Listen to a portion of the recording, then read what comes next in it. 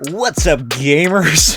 Welcome to Gamer Milk, the only pasteurized podcast around that's guaranteed to give you strong gaming bones. This is something new I'm deciding to do on my second channel, Smokey's Save File, a YouTube channel dedicated entirely to video games and me playing them very badly.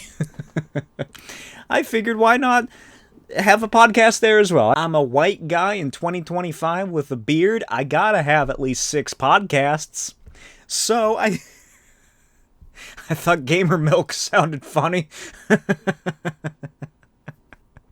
was trying to come up with stuff, and for some reason that appeared in my mind. Gamer Milk. What does it mean to you? Because to me, it's a 5-star podcast, pasteurized, of course, and guaranteed to give you strong gamer bones. So, as you can tell from the title, I'm going to talk about some upcoming games that I think look kind of interesting, because PAX East, I guess. I was going onto Steam earlier today to see if I had something installed or not that I wanted to record.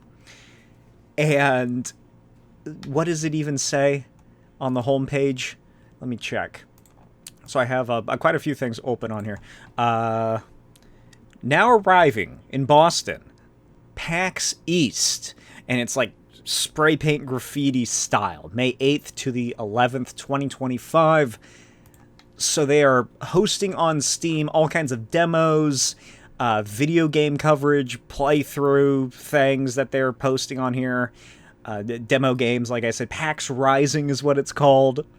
And I had no idea this was a thing. Well, I was aware of PAX. I was not aware that it was happening today.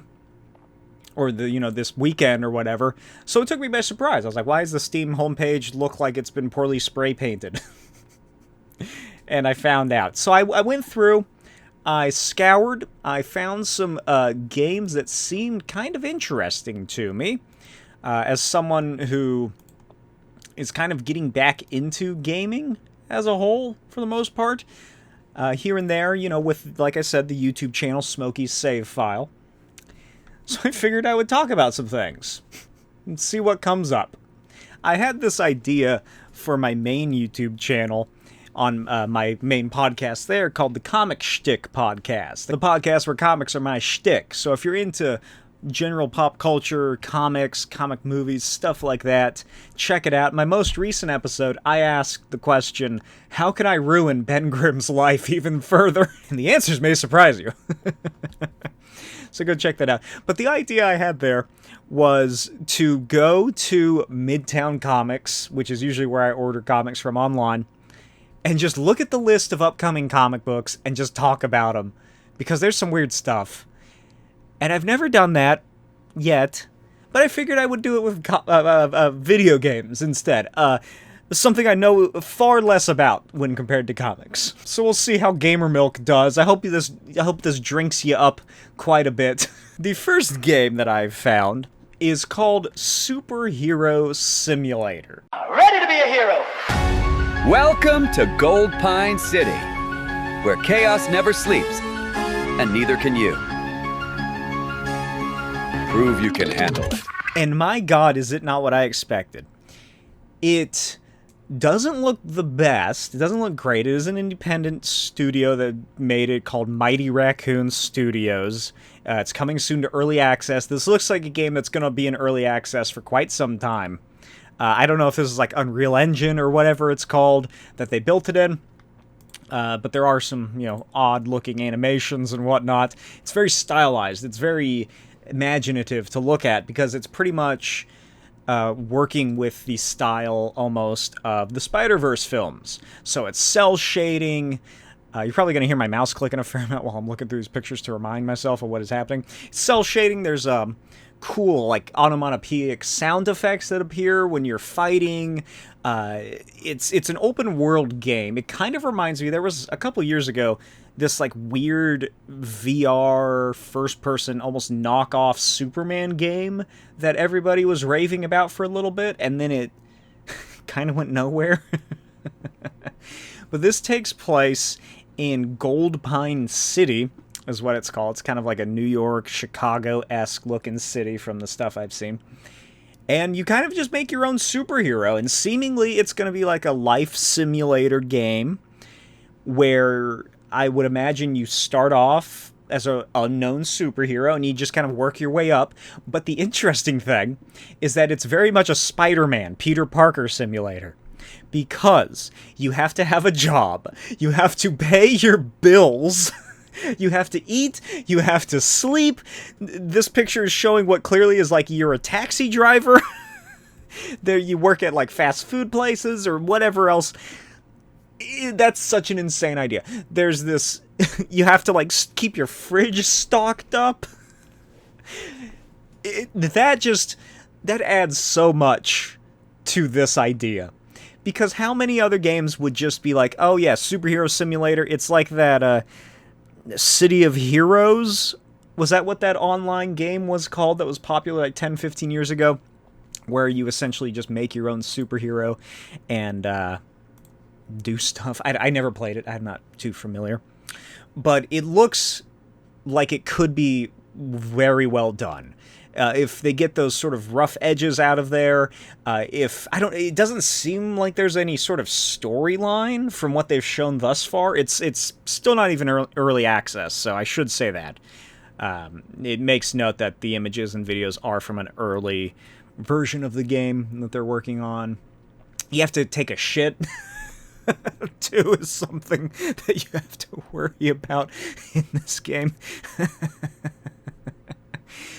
But just those added features really bring a lot to it, I think. Because like I said, this could have just been easily that City of Heroes Online, where it's like, oh yeah, you're a hero now. Customize your hero, pick what you look like, your costume, your name, this and that, and then you just do various side missions here and there. It's more akin to those, like, GTA 5 roleplay mods, where you have to, like, survive, and like I said, you gotta pay bills and go to a job. So it's really, that truly is that Peter Parker experience that I am quite excited to see. They don't show much of like the job aspect of it, as outside of, like I said, the taxi, fast food, stuff like that. I hope eventually in the future that they really add on to that element of it. Like, you can work your way up to the CEO position of a company if you get a job there. You cannot have, like, a Daily Bugle, Daily Planet parody-esque company, right? Like, that has got to be a thing that gets added into this game eventually. Trying to take photos of yourself as a superhero, that could be a gimmick. You have to set the camera up in a certain position or something, I don't know, and make sure that the photos look good. A lot of what it seems to be currently is just kind of sporadic events happening through the city. People drowning, carrying them to the hospital, stuff around, like a fire here and there. So I do hope that while it does seem to be a lot of fun as an open world, it could easily flop just due to player retention if there isn't that sort of driving force of a storyline. Why do I want to save Gold Pine City? Obviously, it's because I'm playing a video game called Superhero Simulator, but, like, is there going to be any sort of storyline? Is my uncle going to die in the like a first cutscene or something? Like, why is this character being the superhero? What does being a superhero entail in this universe? Are there supervillains in this universe? Because there might be a hint of one, if I remember correctly.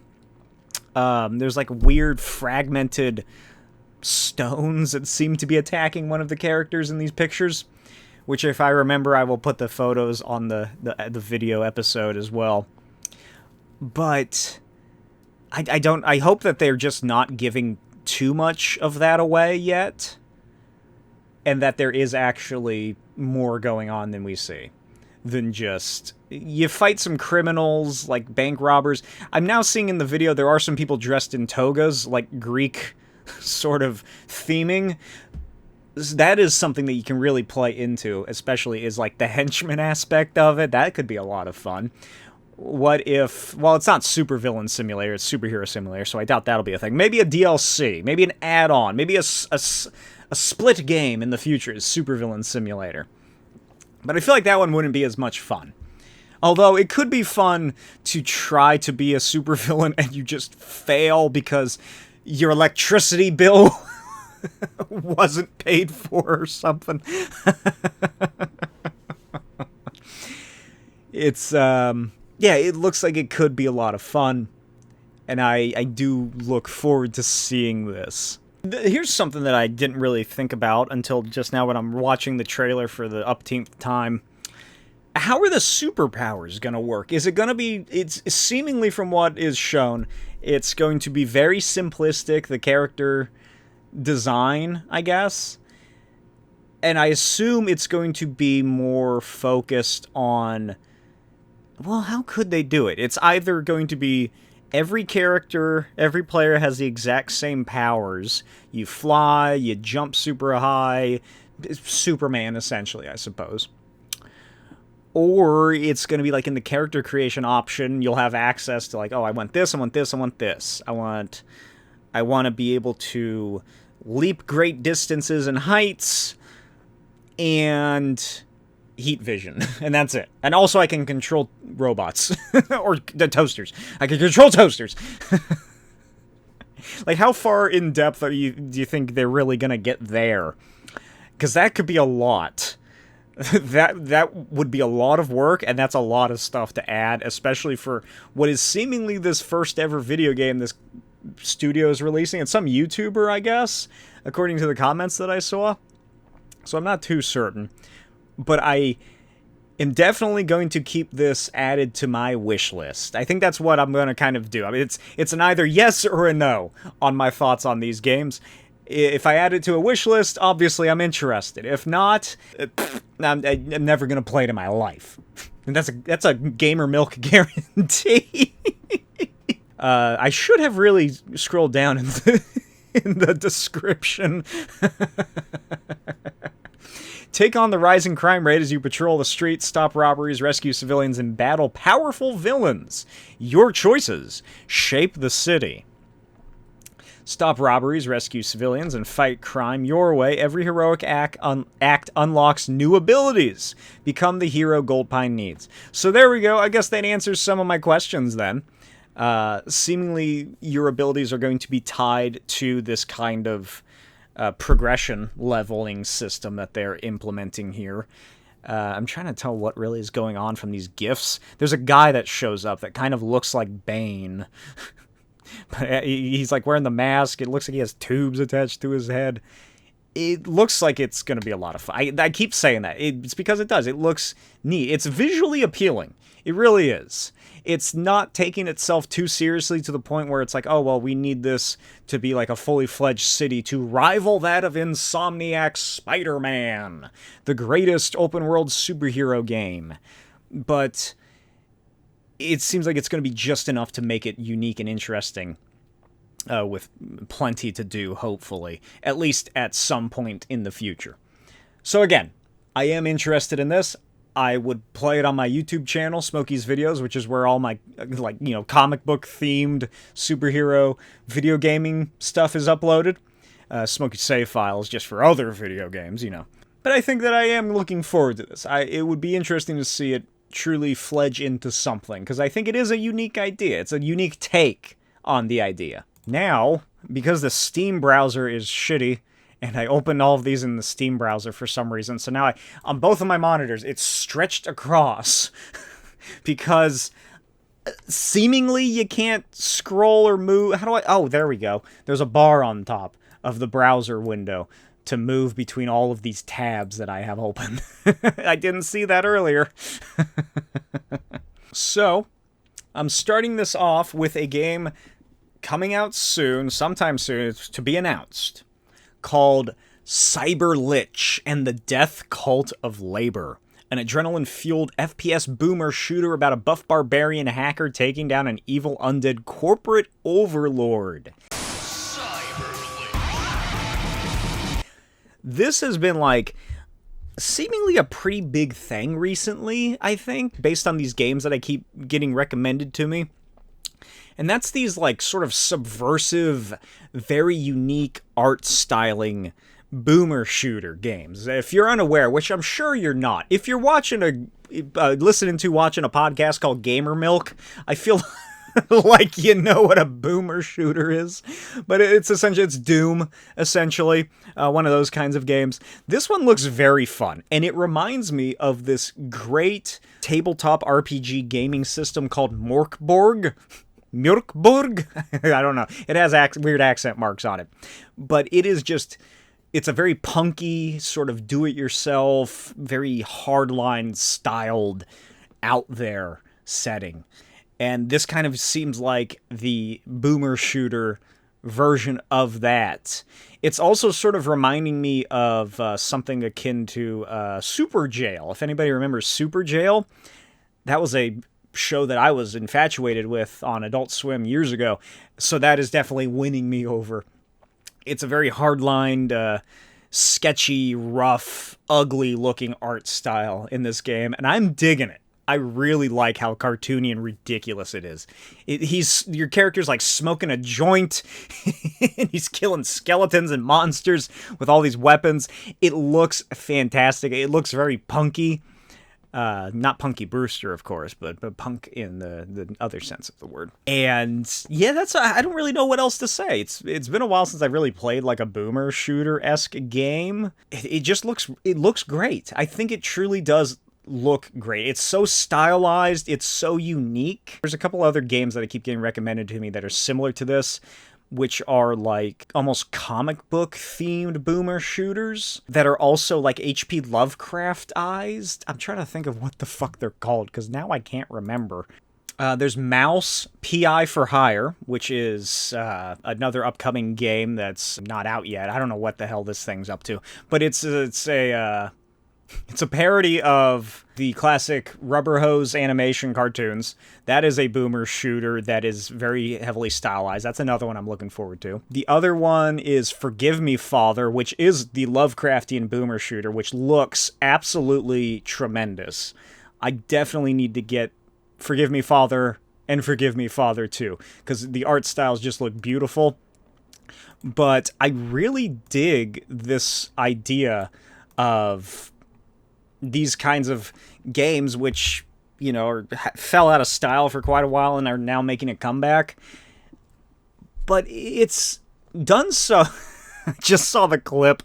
The gun you fire, the smoke that comes out forms like a satanic pentagon. Or pentagram, rather. It's really cool how creative and unique some of these games are. Because I feel like a boomer shooter, it's more of a simplistic styling game, so there's really a lot that you could just easily do to it and not put in the effort. But this, it looks all hand-drawn. It's so off-putting is the best way to describe it. In the best possible way, it is off-putting, it's ugly, and I am full-on into CYBRLICH, and I'm adding it to my wish list, baby. Oh, and CYBRLICH is from, I forgot to say it, CYBRLICH is from Polyhedra Games and CYBRLICH Studios. Seemingly this is their first ever release. But that's not going to stop me from putting it on my wish list. Okay, so this next one's kind of odd. I don't know what this is. It is from a studio called Disordered Media called oneway.exe.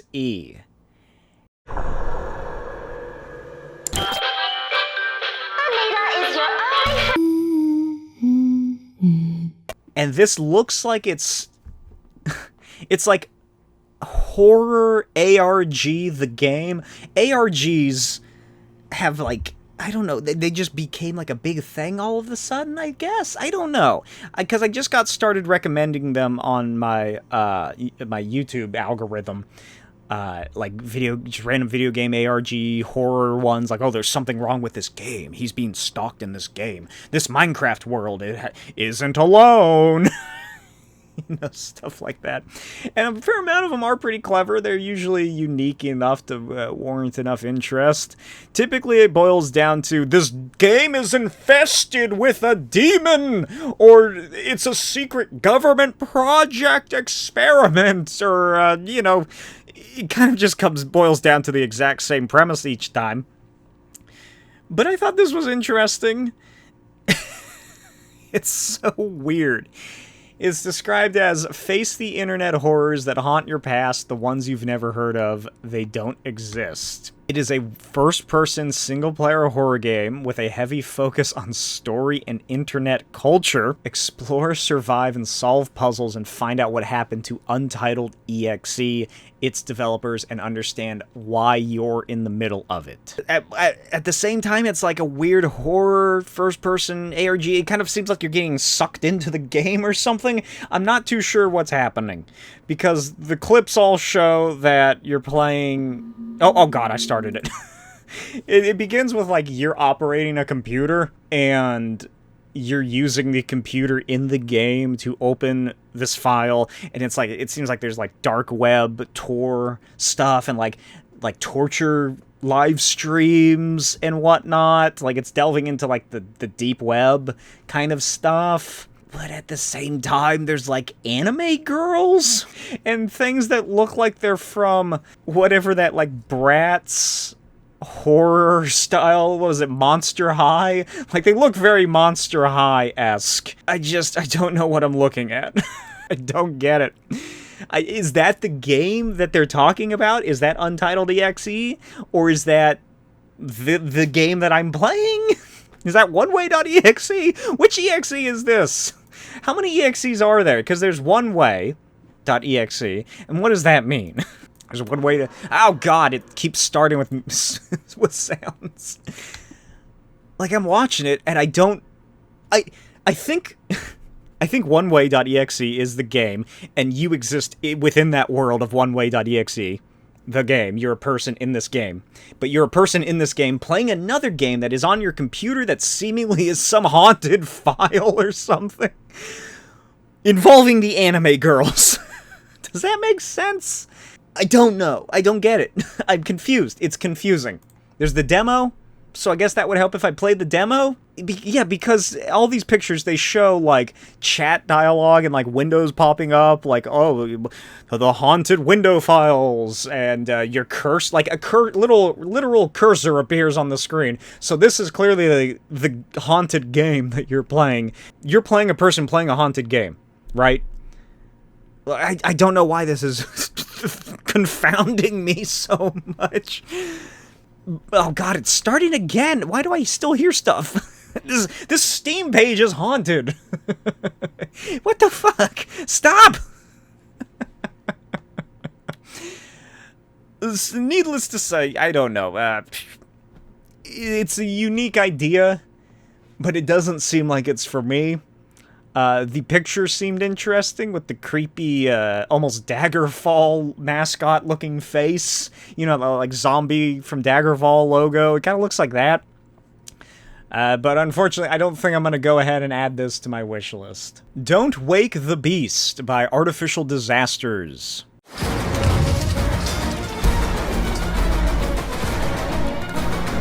Yep, that's me. Don't Wake the Beast is a, like, rogue-like game with a procedural generated dungeons that you then have to steal treasure from, and there's a massive dragon. You know, it's kind of like The Hobbit the game, I guess.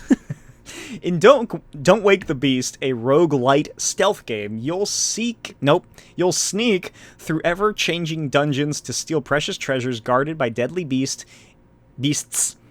Use your trusty grappling hook to evade traps, outsmart enemies, and solve puzzles, but beware, each treasure you claim makes escaping more dangerous. It's a very visually pleasant-looking video game. It's almost reminiscent of Legend of Zelda, I suppose. It's almost 8-bit, maybe a little higher than that, 1632, I don't know. But it looks very pretty. I like the color schemes and the dynamics of it. But honestly, I am kind of disappointed when I found out it was like a rogue game. The only real one that I've played through mostly is that Hellboy game that came out a year or 2 years ago or something. And I played a couple videos of it on my channel, Smokey's videos, but I just could never get into it. There's something about roguelite. Is it roguelite or roguelike, or are both just terms used? That's how little I know about gaming. But that's why I'm drinking gamer milk. I'm chugging that shit down. I'm leaving a little white gamer milk mustache on my lips to make my gamer bones big and strong. And you should too, by subscribing and liking this video and leaving a rating wherever you're watching or listening. And feel free to email me in at whatever the email is. Check the description or the video, because I haven't made it yet. But this game, it isn't for me. Although, again, it looks super pretty, and I'm sure it would be nice if you just got this game and you played it for just like a couple hours and just explored and did all kinds of stuff. It's like it's not, is it isometric? Is it top down? I don't know really what you call it. Apparently it has crafting. The dragon can attack you, and that looks really cool in this style, like it's destroying the dungeon that you were in. So that's a really neat idea, is that, yeah, the dungeon can just be destroyed, I guess. I don't know if that's like the end of the level. Like, how big is this one dungeon it? Right? Like, is that how this works? Or are there like multiple places you can go to? It has grappling hook mechanics. After stealing the main treasure, you must retrace your steps through the dungeon, but this time the path is filled with new traps and dangers.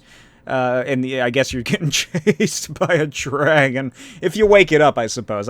Maybe there's an option where you can't, or where you don't wake it up. There is a scene outdoors in a very Legend of Zelda-esque setting, with a big tree lifted up on the ground and like a traveling caravan man trader. So that's interesting. So I guess maybe it is like an open world-esque thing. Does it say open world in the tags? Exploration, but I don't think that really means anything. It's a good-looking indie game. I'll say that. It is a very high-quality looking game made by this independent studio who did that weird city builder global warming game. And I would recommend it if you are into the genre, because it looks like it's doing something unique with the idea. And it's, like I said, it's very pretty to see, but it's not for me. I don't want it.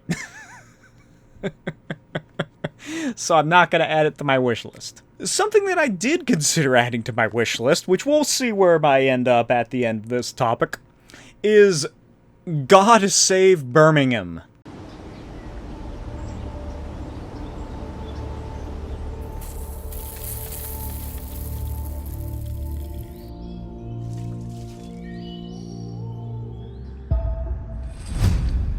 Or if you're looking at the logo on the Steam page, it looks like it says Goo. Goo Save Birmingham. In Goo Save Birmingham, doom has come to Birmingham, and you are the last soul alive. Survive an undead plague in a painstakingly recreated medieval market town, manage your needs, master physics-based mechanics, and evade the horde as long as you can. So this game popped up on my my YouTube page, and I thought it looked really cool. It seemed to be a pretty unique idea. I can't really think of any proper medieval, like, zombie apocalypse games that aren't just Skyrim modded to have zombies. But then I started looking at, like, comments online and what people thought about the quote-unquote gameplay trailer that they had for it, and there was some worry about it being just like a shitty, fake Unreal Engine game. So that's not great when the majority of comments are like that. I don't really know much about the developer or the publisher, Ocean Drive Studios. It seems like they've had a couple of games in the past which are well reviewed, but this looks like it could easily just be any of those other fucking shitty Unreal Engine games that came out and don't deliver on what they say. Which for some reason seems to always happen with like the zombie horror survival genre. Why is that? Is that just an easy gimmick to market, I guess? It does look pretty, like it looks visually interesting. Again, the idea of a medieval zombie plague and apocalypse and being the survivor in that is good from everything that they've shown. Seemingly there's no story, at least that they've revealed. So what are they trying to do? I feel like that could get old if you're just trapped in this one spot. All of the photos on the Steam page are from, almost entirely, are from that one gameplay trailer that they released, that people are apprehensive if it's actual gameplay or just rendered footage with like UI put up on top to make it seem like it's actual gameplay. It's in pre-alpha, and okay, there is more gameplay on here, and it definitely looks like a pre-alpha game. Some fun physics, like the zombies can trip over things and whatnot, but I worry if and when this does come out, because it's still coming soon to early access, no actual release date. One, it's going to be in early access forever, kind of like DayZ. Two, it's going to be a glitchy mess. What are the odds of that happening? Probably kind of high. And yeah, I've kind of talked myself out of saving it to my wish list. At least for now. Maybe once it actually starts coming out and I see more about it, then I will. Because unlike the other games that I added to my wish list, this one seems like it's the easiest that can go down a bad road. Moving on to another simulator. Why are all these simulators, by the way? I just realized that. This is called We Harvest Shadows, which is a single-player, first-person farming horror game.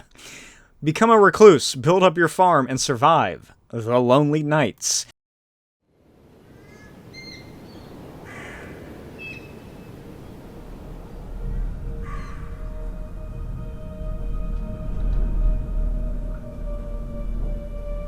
How long has it been?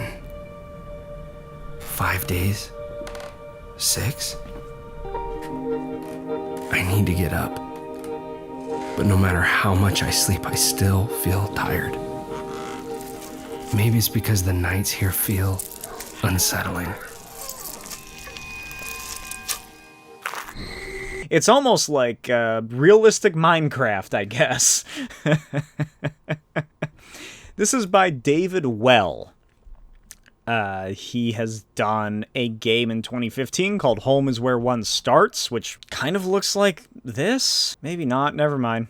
It's not at all like this. It has good reviews. There's another game he made called The First Tree, which has also done very well. Good reviews on there. So, you know, he makes stuff people enjoy. And this looks to be pretty interesting. I know I keep saying that everything that I'm covering is unique, but this one actually is. Because, again, it's a farming simulator, but it's also a horror game. And it looks like it's a farming game made by, like, the people who did Silent Hill, almost. Because it doesn't describe itself as a horror game. I just added that on. It describes itself as a farming horror allegory. And the video, the trailer for it, has the voiceover by the main character.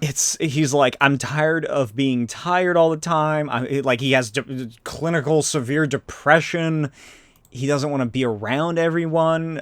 Taking inspiration from both the slow burn PT-style psychological horror games and Edith Finch-style personal first-person titles, the game plays on poignant horror themes to gradually imagine a terrifying vision that Garrett must save himself from. Experience a slow burn horror drama focused on atmosphere and storytelling instead of jump scares. Explore miles of abandoned Appalachian wilderness. So that's already spooky right off the bat. You don't even have to add anything to this to make it spooky if it has to do with the Appalachian wilderness. And of course, you know, you can make your farm, you can buy new things, make crops, but at the same time there's fucking ghosts and giant creatures in the woods surrounding your home. It looks very scary and off-putting. The trailer ends with horrid creatures running through the darkness, and then one runs right up at him, and it's like this horrible, almost like I said, like a Silent Hill-esque creature. There's also, what is that in the poster? Is that a lamb? Is that a fake dog? What is that animal? Are there animals, or is it just food stuffs that you can sort of farm? Oh no, I'm seeing some cows. So expect some animal murder. Also, yeah, you can make a chicken coop. So yeah, there are animals. That's probably not going to be great. I wonder, what's the end game for this? Is that, like, Garrett successfully builds his farm and moves past whatever thing is haunting him. Like, was this, like, he and his wife bought this farmhouse and she died and now he's here all alone, and it was her dream to, like, to have a farm of their own. They bought land, you know, they're homesteading, they wanted actual land, they left the big city behind, they put all their money into this place, they're living out on their own in the woods, and then his wife dies and he's all alone here. There is, in this trailer, an off-putting clip of stuff crawling over the windows, and it begins to look like hair, and then it cuts to Garrett's perspective, lying in his bed alone, a bed of which is built for two and has 2 pillows, I should add. And he looks over at the closet, wardrobe cabinet thingy, and what looks to be a giant gray-scaled woman's face peering out between the open doors, and, like, the hair crawling out around it. So is that what this is? Did his wife die, and now he's just haunted by, like, letting her down? Oh, I'm looking at there's a live stream clip that I just noticed on the top of somebody playing this. Whoever this middle-aged white guy is, in a white t-shirt, brown hair, headphones on. Seemingly this is a flashback happening, and there's a woman named Claire. So I think I just... did I just guess the storyline to this farming horror game? You know what? I typically wouldn't be interested in this because horror first-person games like this and PT and whatnot, I've never been too big of a fan. There's something different when you play a horror game versus watching, like, a horror film or something. Because when it's a game, it's you. You're truly experiencing it. But with a film, you can disassociate, so it's not that big of a difference. So I never really got too far into horror video games. But the fact that this isn't like jump scares and this is more of the psychological stuff, and there seemingly, if I'm right, is a pretty poignant, emotional story about loss, I think I'm going to add this to my wish list. I'm going to add this to my wish list, David. I hope it's good. Jumping into the more mainstream aspects of a quick sort of mainstream game I'll cover, just because I love the franchise, and I've discussed it on my Comic Shtick podcast in the past, and I recently played through all of them, or just about all of the games. I still need to finish 3, and that is Mafia: The Old Country. Come in. Bravery is not common in this world, and so loyalty, honor, obedience, they set the man apart from the rest. You took care of Messina, but this matter is not yet resolved. Will you help me bring it to a close? Of course. Easy. So this is set in the late 19th century, early 20th century Italy, you know, the old country, where you play as Enzo Favara and prove your worth to the Cosa Nostra in this immersive third-person action-adventure by Hangar 13, the people who did they did Mafia 3, and they also did the remaster of Mafia 1, which is fantastic. I really enjoyed it. I'm very excited for this. I am super excited to play this.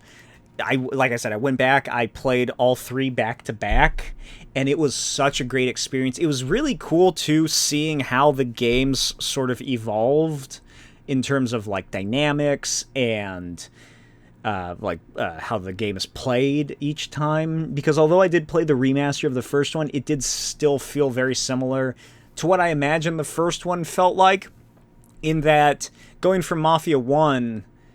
it was sort of slower, obviously because of the time period that it's in, but also like the mechanics that they had available that they then sort of just kind of kept around in this remaster. Because, you know, when is the first one set? Is that the 1930s, I believe? So, you know, the guns aren't as heavy duty as you'd expect. There's not all that impact. There's that asshole outside my godforsaken apartment who just sits in his fucking car with his loud-ass vehicle. Hopefully he's driving away. There we go. Wish I was as cool as him. Instead, I'm here talking about games on my podcast with one episode called Gamer Milk. Mafia, the cars are slower because it's the 30s or whatever, and you really feel that time period. Then going to Mafia 2, which is the 40s into the 50s, and you got hot rods, you have all kinds of newfangled weaponry and whatnot, people are acting different. It was such a cool discrepancy between these two time periods, and it works well from that story point of like, yeah, that was the 20s, this is the 50s, but also the evolution of the video game franchise as a whole. Then you get to Mafia 3, which adds so much more, and it's set 30 years later. Things have evolved, people have changed. It's the best Punisher video game that's ever existed. Because while I haven't finished it, what I found myself mostly doing was kind of driving around bad, like, enemy territory and just killing people. Killing racists, killing clan members. So much fun. I love Mafia 3. I don't get the hate that it had. Maybe it was buggy when it came out. Maybe it's the fact it was a black guy that was the main character. But Mafia, the old country, it looks great. It has like early automobiles. It has horses. It looks gorgeous. If I remember correctly, it's not a fully open world game. I think it's going to be more similar to Mafia 1 as opposed to Mafia 3, which really put into that open world aspect.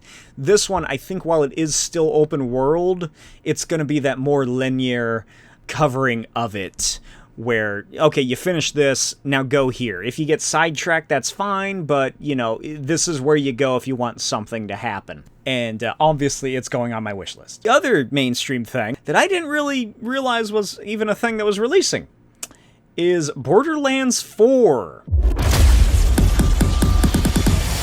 What use is a vault hunter? What use is a killer? A brute. A rule-breaking, loot-taking, running and gunning natural disaster. I have not played a Borderlands game since Borderlands 2, and I never beat it. I was super into Borderlands, the original one, when it came out. I love the art style, love the setting, love the characters. There was the zombie DLC that I really dug. That was cool. I like the evil doctor guy, Zed? Was that the doctor? I don't remember. My friends and I played it all the time, and then I got over it. I feel like if there's a Borderlands game that I'm gonna play, it's probably gonna just be going back to the first one. Because after that, things just kind of, I think everyone agrees, went on a downward spiral. I think Borderlands 3 is the least well-liked one. Is that the one in space? Do I own the Borderlands games? I own Borderlands 1, Game of the Year, and I own Borderlands 2. Oh my god. For some reason, Borderlands 1 was last played in 2016. Borderlands 2, I last played for 9.5 hours, October 26th, 2014. So I never even went into Borderlands 3. I don't remember what that even was. Now I gotta look it. I'm gonna look it up on here, because I can't remember which one Borderlands 3 is. What is up, my bandit legions? God Queen Tyrene coming at you live with my brother Troy. What is this? What am I looking at? What the fuck? What? There's like people with like the side. There's the one with the side cut hairdo that was in every video game, and a guy with a robot arm. This came out in 2020?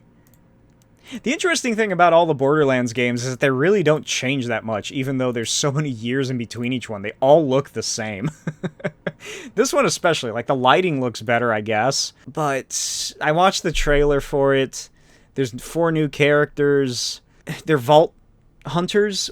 Is vault hunting a universal thing? For some reason, I always thought it was specifically for Pandora, but if I remember correctly, the vaults are like ancient alien structures or something. So this is seemingly on a different planet entirely, which I think Borderlands 2 also was. Don't quote me on that.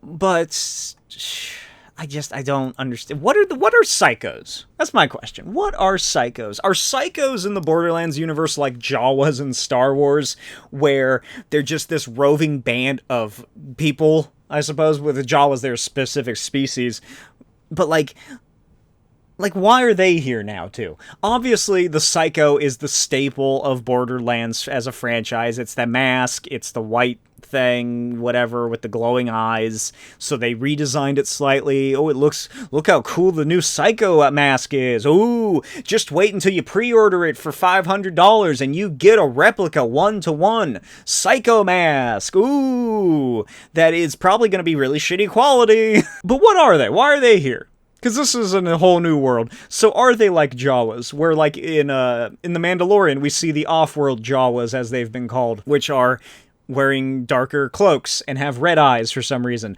Whereas in this game, the Psychos have a blue triangle shape on their mask instead of an orange one like they do on Pandora or whatever. Are they in Borderlands 3?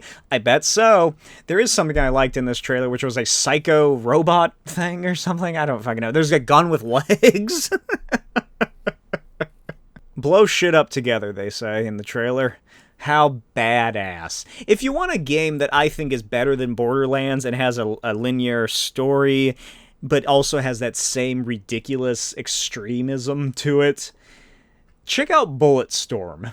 I fucking loved Bulletstorm. That was one of my favorite games. It's ridiculously gory. It's over the top. It's like a boomer shooter.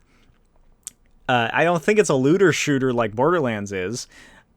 I think it's like Bulletstorm, if I remember correctly, was like Gears of War if Gears of War had simultaneously snorted coke and taken some mushrooms. And it was fucking awesome. So no, that's all to say that no, Borderlands 4, you're not going on my fucking wish list. Make a better game, Gearbox. A game that is going on my wish list, I'll say that out right now because it's already on my wish list, and I forgot that I added it to my wish list. I forgot it was even coming out. Killing Floor 3.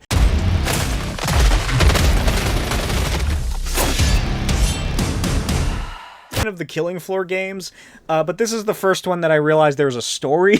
I don't know if there's a storyline to the other ones, because I only ever played multiplayer, and I loved playing Killing Floor and Killing Floor 2, especially Killing Floor 2 multiplayer matches, just ridiculous levels with endless zombies, and it's like you get into the lobbies where there's like 100 fucking players, and it's just outrageous what's going on. It's just nonstop brutality and explosions and trying to survive. It was so much fun. It's been years since I last played Killing Floor 2, but this is coming out on July 24th, 2025. It looks visually fantastic. They have updated all the monsters and the undead zombies and whatnot. They look great. Everything looks so great.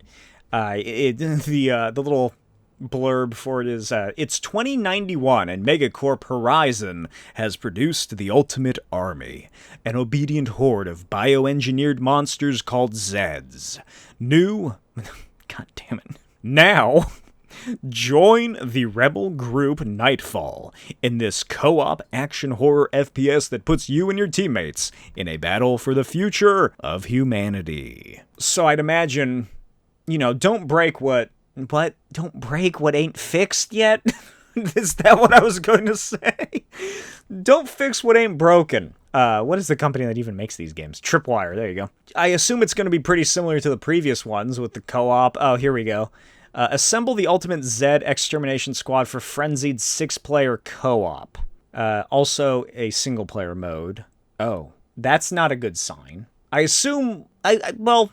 Don't assume, because it makes an ass out of you and me. But that doesn't really pique my interest. Because like I just said, my favorite part about the first couple Killing Floors are like the extra multiplayer aspects of it, with people hosting their own servers and doing crazy stuff, custom maps, all of that. Are they still going to be doing that? Or are they like really focusing hard on, no, you're limited on what you get to do. Now have fun. If so, I might be a little off-put by this. And I do still want to get it. Probably gonna wait until it's on sale, and then I might pick it up here and there, play the single player storyline, whatever that is, or I don't really have many friends, especially friends that play video games, especially friends that play any of the Killing Floor games. So I don't know about that. Maybe I'll find a good group online. I bet that'll be a thing. But yeah, I already have it on my wish list, so let's move on. Militsionir. Militsionir. I don't know.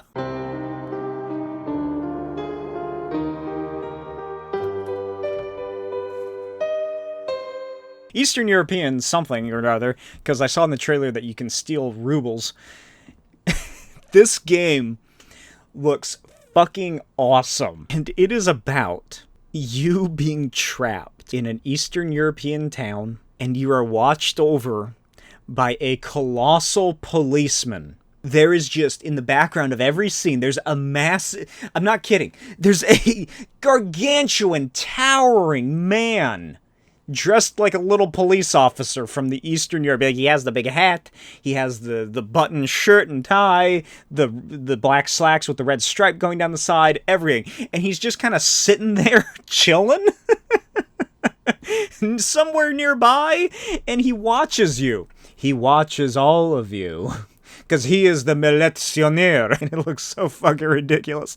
Especially because in the description it says, piss him off, flatter, disappoint, lie, or even romance a giant to escape this Kafka-esque immersive sim.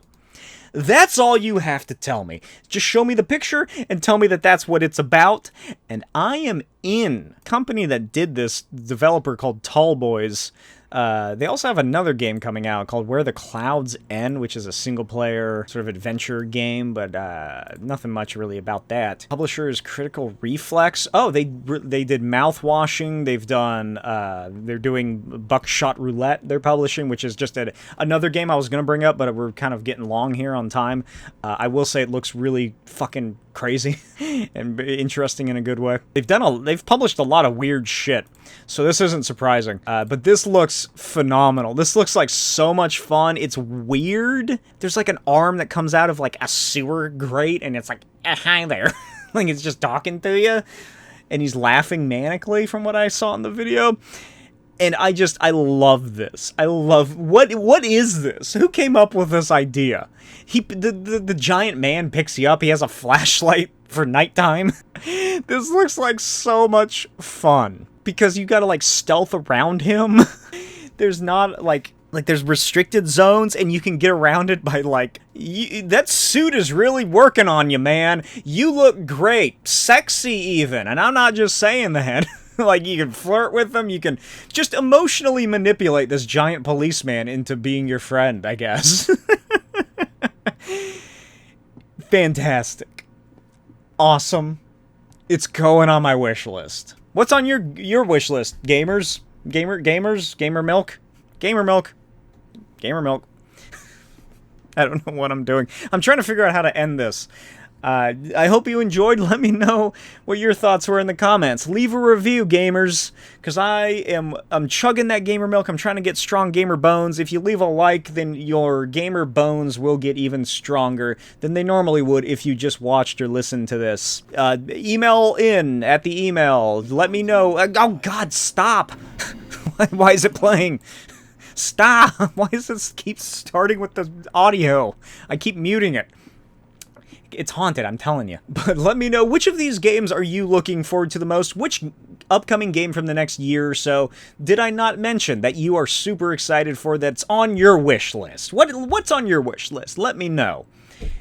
If you have any thoughts, of course, let them be known in the comments. Check out my other channel, Smokey's Videos, where I cover comics, pop culture, movies, general stuff of the sort. And my other podcasts, the Comic Shtick Podcast, where comics are my shtick, and I Need Some Disney, where my Disney-obsessed wife and I sit down and discuss all things Disney. I have been your gamer milk guide, your pasteurizer, your milk connoisseur.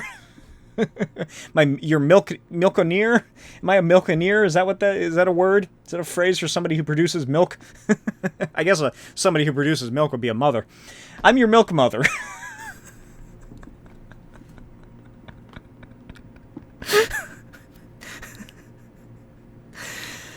Fuck me, man. I've had way too much caffeine today.